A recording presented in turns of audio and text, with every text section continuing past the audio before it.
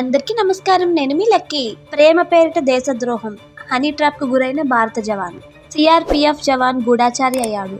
ఇప్పుడు మీరు వింటున్న కథ కల్పితం కాదు. ఇది మన దేశానికి జరిగిన దేశద్రోహం. దేశాన్ని కాపాడవలసిన జవానే దేశానికి గూఢాచారి అవ్వడం ఏమిటి?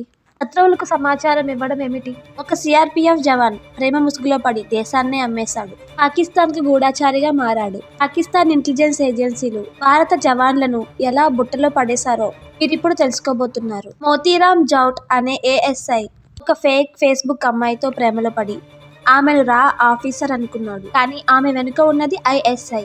మన దేశ భద్రతకు భంగం కలిగించేటువంటి ఫోటోలను, సెక్యూరిటీ మ్యాప్స్, గోప్య సమాచారం అన్నిటినీ ఆమెకు షేర్ చేసి ప్రేమ పేరిట దేశాన్ని అమ్మేశాడు.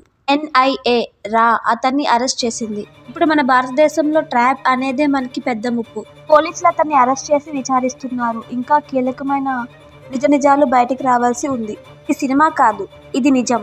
దేశాన్ని కాపాడవలసిన జవాన్లే ఇలా చేస్తే మనం ఇంకెవరిని నమ్మాలి? మన దేశ రక్షణ వ్యవస్థలో ఎవరు విశ్వసనీయులు, ఎవరు శత్రువుల పావులు? ఈ ప్రశ్నలు సమాజం మొత్తం అడగాల్సిన అవసరం ఉంది. మీ చుట్టూ ఇలాంటివి జరుగుతుంటే జాగ్రత్త. ఇంకా ఇలాంటి సమాచారాన్ని క్లుప్తంగా తెలుసుకోవాలంటే లాంగ్ వీడియో కోసం మన ఛానల్ని సబ్స్క్రైబ్ చేయండి.